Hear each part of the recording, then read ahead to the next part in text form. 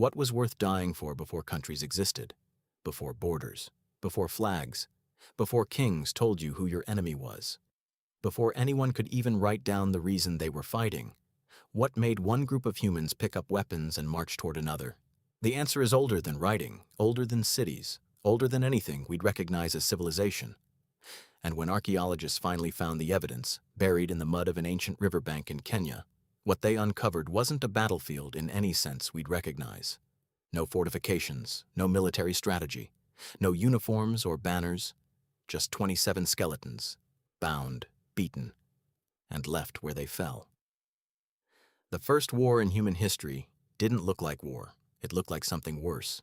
In 2012, researchers excavating a site called Nataruk on the shores of what was once a lagoon in Kenya made a discovery that rewrote what we thought we knew about prehistoric violence. The site dates to approximately 10,000 years ago, the period just before agriculture, just before the first permanent settlements, when humans were still largely nomadic hunter-gatherers moving across the landscape following food.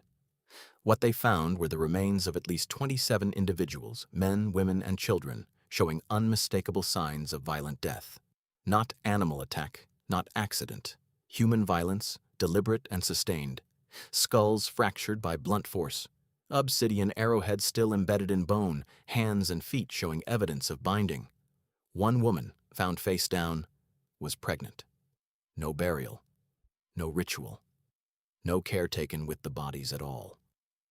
They were left exactly where they fell, which tells us something important. Whoever did this left quickly or didn't care enough to stay. This wasn't a fight that got out of hand. The bound wrists, the injuries to the back of skulls, the mix of ages. This was a coordinated raid, a planned attack on a group that had no warning and no chance. Nataruk is the oldest confirmed evidence of organized intergroup violence in human history. In other words, the oldest war we can prove.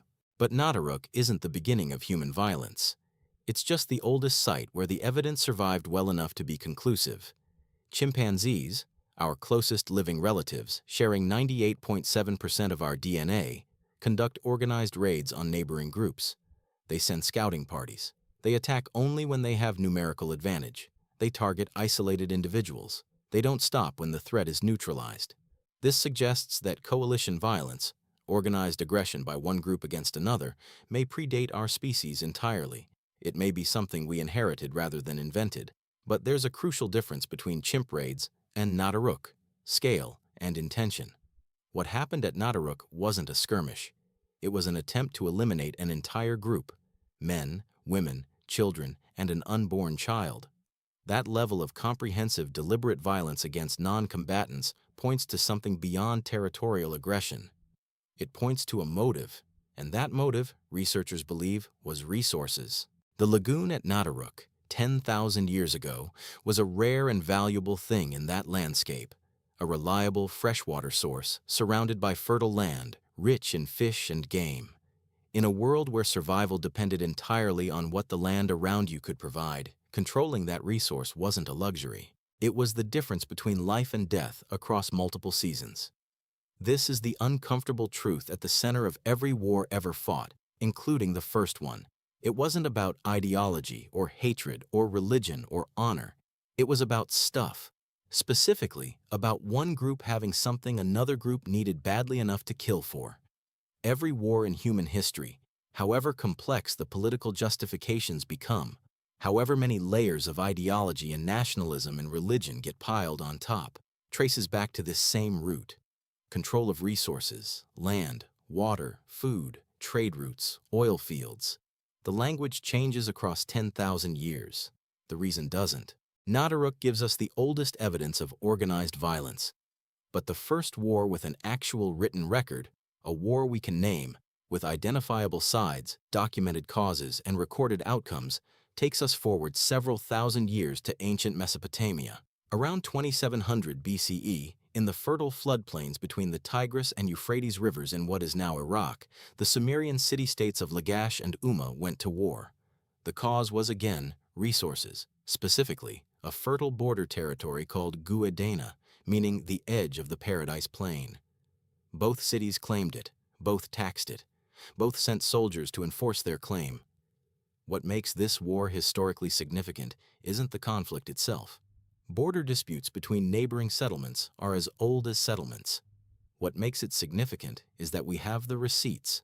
The Stele of the Vultures, a stone monument erected by the Lagash king Gu-edena after his victory, depicts the battle in carved relief, soldiers marching in tight formation behind large shields, enemies crushed underfoot, vultures carrying the heads of the defeated in their beaks. It is the oldest known depiction of organized warfare in human history, a propaganda monument carved in stone, celebrating the systematic destruction of an enemy army.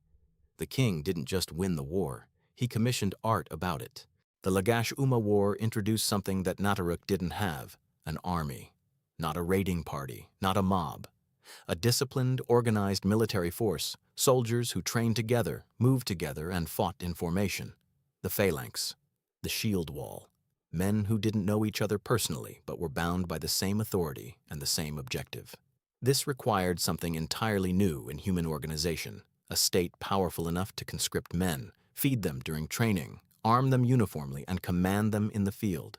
War didn't just require weapons, it required bureaucracy. The Sumerians had it, city-states with centralized grain storage, taxation systems, administrative records, and rulers with enough authority to mobilize thousands of men for a single military objective. And here's the dark feedback loop that nobody talks about. War didn't just require the state. War built the state. The threat of organized violence from neighboring cities forced Sumerian settlements to centralize faster, tax harder, build walls higher, and concentrate power in fewer hands. The king's authority expanded precisely because he was the one who could field an army. Every external threat made internal power more concentrated. War created the conditions that made war worse. The Lagash and Umma conflict didn't end with one battle. It continued on and off for over a century. Multiple generations of rulers on both sides fighting over the same strip of land. Eventually, around 2550 BCE, the two cities reached an agreement, a formal boundary settlement, terms negotiated and inscribed in stone. Historians consider it one of the earliest recorded peace treaties in human history. Read what was actually written, and it's striking how familiar it sounds, both sides acknowledging the disputed territory, agreeing to a boundary marker, invoking the gods as witnesses to ensure neither side would cross the line again. It didn't work permanently. It never does. The boundary was violated. The war resumed. The cycle continued. But the fact that they tried, that they sat down, negotiated terms, and committed them to stone, tells us something important. By 2550 BCE, humans had already learned that war was expensive, destructive, and exhausting, and that sometimes talking was better than fighting. They knew this 10,000 years ago. They kept fighting anyway. Look at the full arc from Nataruk to Lagash to every war that followed. The scale grows. The justifications multiply. The weapons get more sophisticated. The armies get larger. The propaganda gets more elaborate. The peace treaties get more complex. But strip all of that away and the core is identical across 10,000 years. One group of humans decides that what another group has is worth taking by force. And once that decision is made, everything else, the strategy, the weapons, the ideology, the monuments, the treaties, is just infrastructure built around that single ancient choice. What's most unsettling isn't that humans went to war at Nataruk 10,000 years ago. It's that the 27 people who died there died for the exact same reason people die in wars today. A resource, a boundary, a decision made by people with power over people who had none. The oldest war in human history and the most recent one share the same DNA. Nothing fundamental has changed. We've just gotten much, much better at the infrastructure. The first war wasn't started by generals or kings or politicians. It was started by people who needed water. And the last war, whenever it comes, will probably be started for the same reason. We like to think we've evolved beyond this. That modern conflict has causes too complex and sophisticated to compare to 27 skeletons in the mud of a dried-up lagoon in Kenya. But the archaeologists who excavated Nataruk didn't find evidence of hatred or ideology or religion at that site. They found bound wrists and obsidian arrowheads and a pregnant woman face down in the dirt. The first war in human history had no flag, no anthem, no cause worth dying for that we'd recognize today, just someone else's water.